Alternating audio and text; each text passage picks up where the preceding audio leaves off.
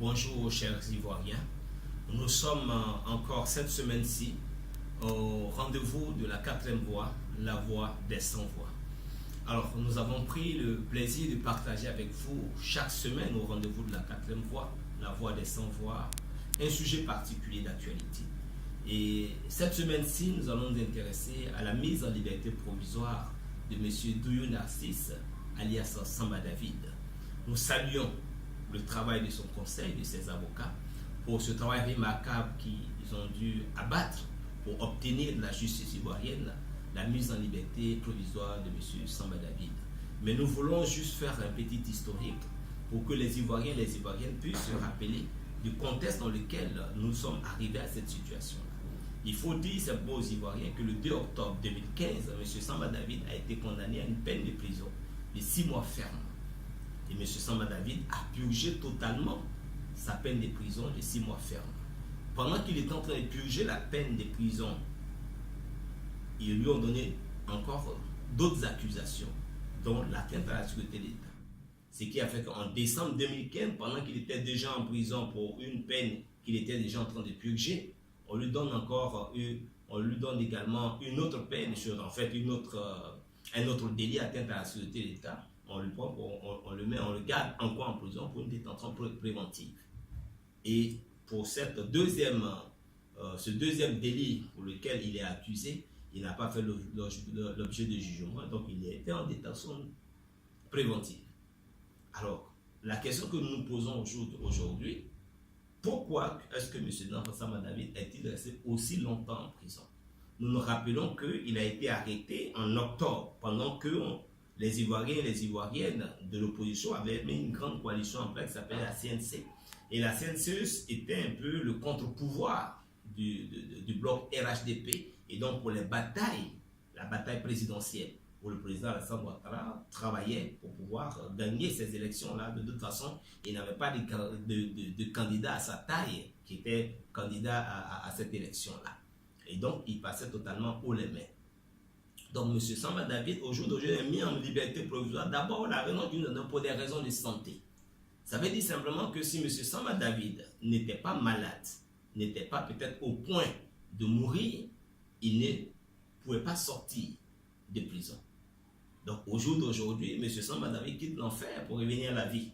Mais encore la vie, là, il faut que nous, les Ivoiriens et les Ivoiriennes, et plus de justice et plus de paix, puissions apporter à M. Samba David tout le réconfort moral, l'apport financier, l'apport matériel, qu'on puisse lui donner tout le soutien sur le plan médical, pour ne pas que comme d'autres qui sont morts dans les prisons ivoiriennes, que M. Samba David connaisse le même sort. Il y a d'autres qui sont sortis de prison, à peine sortis de prison, 1 semaine, 2 semaines, moins d'1 mois après, ils sont décédés. Et nous ne voulons pas cela pour M. Samba David, nous ne souhaitons pas cela. C'est pour ça que nous lançons un appel à tous les Ivoiriens, à toutes les Ivoiriennes, à ceux qui ont connu la souffrance de la prison, à ceux qui savent sur quoi il s'agit, de vraiment venir apporter aide et assistance à M. Samba David. Deuxièmement, nous voulons dire qu'il est en liberté provisoire, c'est-à-dire que l'épée est toujours au-dessus de la tête de M. Samba David. À tout moment, il peut être ramené en prison, point oui ou point non. Donc, il n'est pas encore sorti de la situation, c'est juste une action sociale qui a été portée par la justice ivoirienne pour lui donner l'opportunité de se soigner comme il se doit si vraiment les conditions à son niveau financier, matériel le permettent, puisque étant en prison, il n'avait plus d'activité, il n'avait pas de sources de revenus. Donc, voici la situation que je voulais vraiment présenter aux Ivoiriens. La question de M. Samba David pose la grosse problématique des prisonniers de la crise post-électorale en Côte d'Ivoire. D'autres appellent ça les prisonniers politiques. D'autres disent non, ce ne sont pas des prisonniers politiques. Le président Alassane Ouattara a toujours soutenu et continue de soutenir qu'en Côte d'Ivoire, il n'y a pas de prisonniers politiques. Nous sommes d'accord avec lui qu'en Côte d'Ivoire, il n'y a pas de prisonniers politiques, puisque sur le plan juridique, un prisonnier politique est quelqu'un qui est condamné pour ses opinions, pour ses prises de position politiques. Et donc, tous ceux qui sont en prison au jour d'aujourd'hui, il n'y a pas un seul qui a été condamné pour ses opinions politiques. Donc, si on regarde en termes de définition juridique, nous sommes d'accord avec lui. Mais en même temps, nous sommes d'accord avec le président de l'Assemblée nationale qui, dans ce mois de juillet-là, a une interview à RFI qui dit qu'il faut libérer les prisonniers politiques. Donc pour lui, il y a des prisonniers politiques. Et pour nous aussi, il y a des prisonniers politiques. Parce que quand nous analysons tous les prisonniers dits politiques, c'est des prisonniers qui, à 95%, viennent de la crise post-électorale de 2010 et 2011. Ce sont des prisonniers qui sont tous proches du président Laurent Gbagbo. Donc, en clair, ce sont des personnes qui, pour des opinions politiques, ont été mises en prison, mais en réalité, le délit qui leur est reproché, ce sont des délits qui ont été fabriqués tout simplement, tels que atteinte à la sécurité de l'État, trouble à l'ordre public. Donc, au jour d'aujourd'hui, on connaît à peu près tous les délits qui sont utilisés par l'appareil judiciaire en Côte d'Ivoire pour condamner tous ceux qui sont proches de Laurent Gbagbo. Au jour d'aujourd'hui, la liste est longue. Nous avons près de 210 prisonniers politiques en Côte d'Ivoire, dans les prisons de Côte d'Ivoire. Nous avons certains qui sont dans les prisons au Libéria.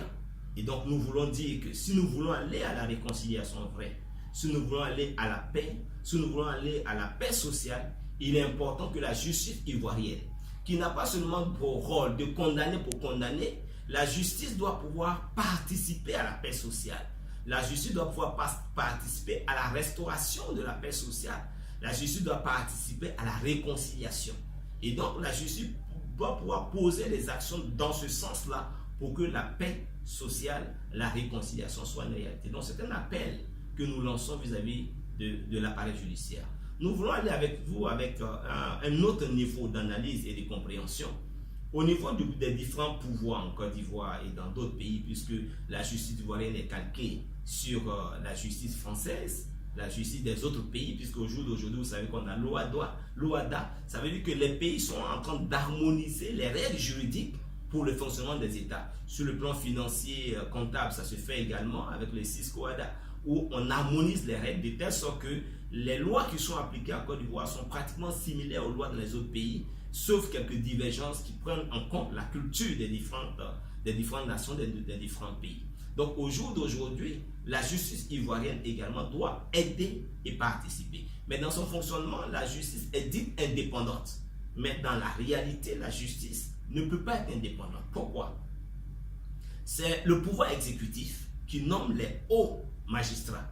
Le président du Conseil constitutionnel, le président de la Cour des comptes, tous ces hauts magistrats sont nommés, désignés par le pouvoir exécutif. À partir du moment où vous êtes nommé et désigné par le pouvoir exécutif, votre niveau d'indépendance est forcément limité, premièrement.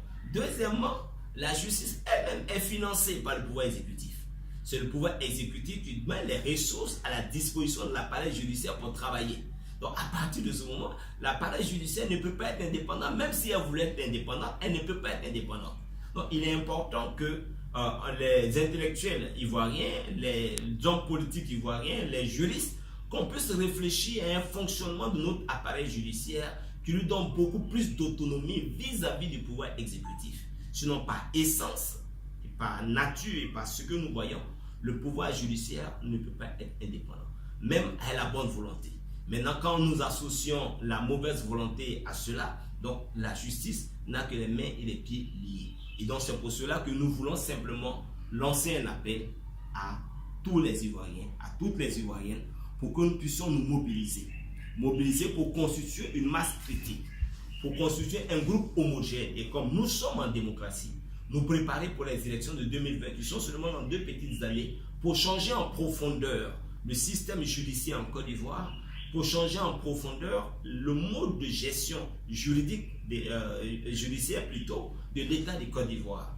Nous voulons saluer toutes les Ivoiriennes, tous les Ivoiriens qui se trouvent encore dans les prisons en Côte d'Ivoire et hors Côte d'Ivoire, hors de Côte d'Ivoire, tous les exilés.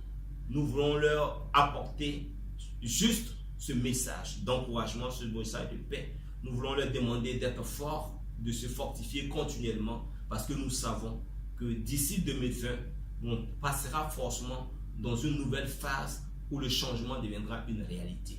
Je pense que si vous êtes d'accord avec nous et si vous êtes également optimiste avec nous, si vous avez de l'espoir pour une Côte d'Ivoire nouvelle, une Côte d'Ivoire où il n'y a plus de prisonniers dits politiques, il n'y a pas de prisonniers de crise, une Côte d'Ivoire de pardon, une Côte d'Ivoire réconciliée, une Côte d'Ivoire qui vit avec l'ensemble des Ivoiriens du nord, du sud, de l'est, de l'ouest en passant par le centre, où les tendances religieuses n'ont pas d'impact sur la gestion de l'État, sur le pouvoir judiciaire. Nous pensons que vous pouvez simplement partager avec nous au maximum cette vidéo. Vous pouvez liker avec nous également et nous pouvons vous dire simplement merci. Merci de suivre les rendez-vous de la 4e voie, la voie des 100 voix, et nous nous donnons rendez-vous la semaine prochaine. Sur ce, je vous remercie, à très bientôt. Soyez tous salués.